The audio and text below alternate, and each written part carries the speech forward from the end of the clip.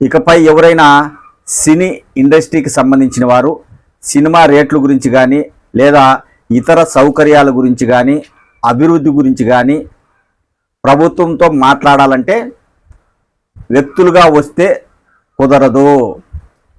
సంఘాలందరూ కలిసి ప్రభుత్వం దగ్గరికి వస్తేనే ప్రభుత్వ పెద్దలు చర్చించడం జరుగుతుందని కూడా పవన్ కళ్యాణ్ గారు వెల్లడించడం జరిగింది. అయితే ఇక్కడ పవన్ కళ్యాణ్ గారిపై కూడా కొన్ని విమర్శలు వస్తున్నాయి.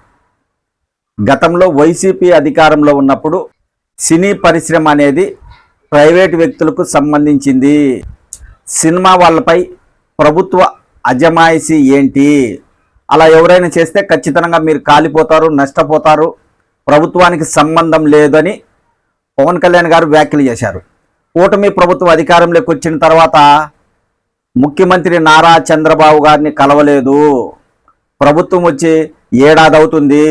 ఇంతవరకు ఎందుకు సినీ పరిశ్రమకు సంబంధించిన పెద్దలు వచ్చి చంద్రబాబు గారిని పవన్ కళ్యాణ్ గారిని కలిసి మాట్లాడలేదు, వారిని ఎందుకు సన్మానించలేదు అన్న రీతిలో పవన్ కళ్యాణ్ గారు వ్యాఖ్యలు చేయడం జరిగింది. గతంలో ప్రభుత్వంపై ఆయన ఏం మాట్లాడారో ఆ వీడియో ఇప్పుడు సోషల్ మీడియాలో విస్తృతంగా వైరల్ అవుతుంది. పవన్ కళ్యాణ్ గారిని విమర్శలు చేస్తూ చాలామంది పోస్టులు పెడుతున్నారు.